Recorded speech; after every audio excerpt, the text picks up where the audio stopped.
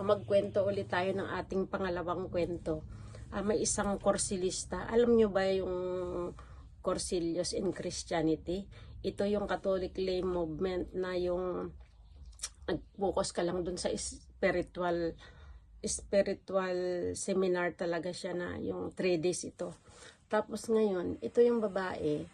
So, isa siyang korsilista, no? Ngayon, nung lumabas siya, after niya magkorsilyo, talagang bilib ka. Kasi araw-araw na talaga siya, sa simbahan or sa Blessed Sacrament na nagdadasal doon ng every 3 o'clock in afternoon, nandun siya. Tapos, ganun siya parati nagdadasal, hindi alam ng sakristan kung ano yung dinadasal niya, pero humanga sa kanya na nakikita siya araw-araw dun. Sabi niya siguro ito yung babae talaga na yung tama talaga ang ginawa niya, kasi talaga hindi siya nagbabago dahil lagi siya doon sa loob ng simbahan. Tapos ngayon, one time, nagtataka yung sakristan, ano kaya itong dinadasal ng babae na to, dahil bakit araw-araw walang paltos yun, dahil every 3 o'clock nandun siya. Ngayon, itong pilyong sakristan may ginawang kalokohan. Ngayon, itong sakristan, naisipan niya na magtago dun sa likod. Sabi niya, ano kaya itong dinadasal ng babae na to, kasi araw-araw talaga nandun siya.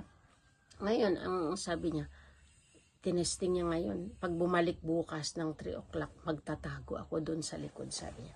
Ngayon, ang ginawa nga ng sakristan, nagtago dun sa likod.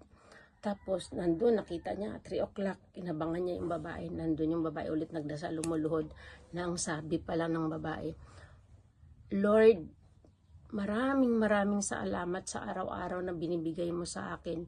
Anumang oras kunin mo ang buhay ko, ibibigay ko sa'yo. So, yun pala ang dasal ng babae. So, ngayon, sabi ng sakristan, ganun pala ang dasal niya. So, ngayon, itong pilyong sakristan, nakapag-isip. Sabi niya, pag bumalik siya bukas, susubukan ko siya. Pagbalik ng babae, lumuhod ulit yung babae at nagdasal, Lord, maraming salamat sa araw-araw na bigay mo sa akin. Anumang oras kunin mo ang buhay ko, ibibigay ko sa'yo.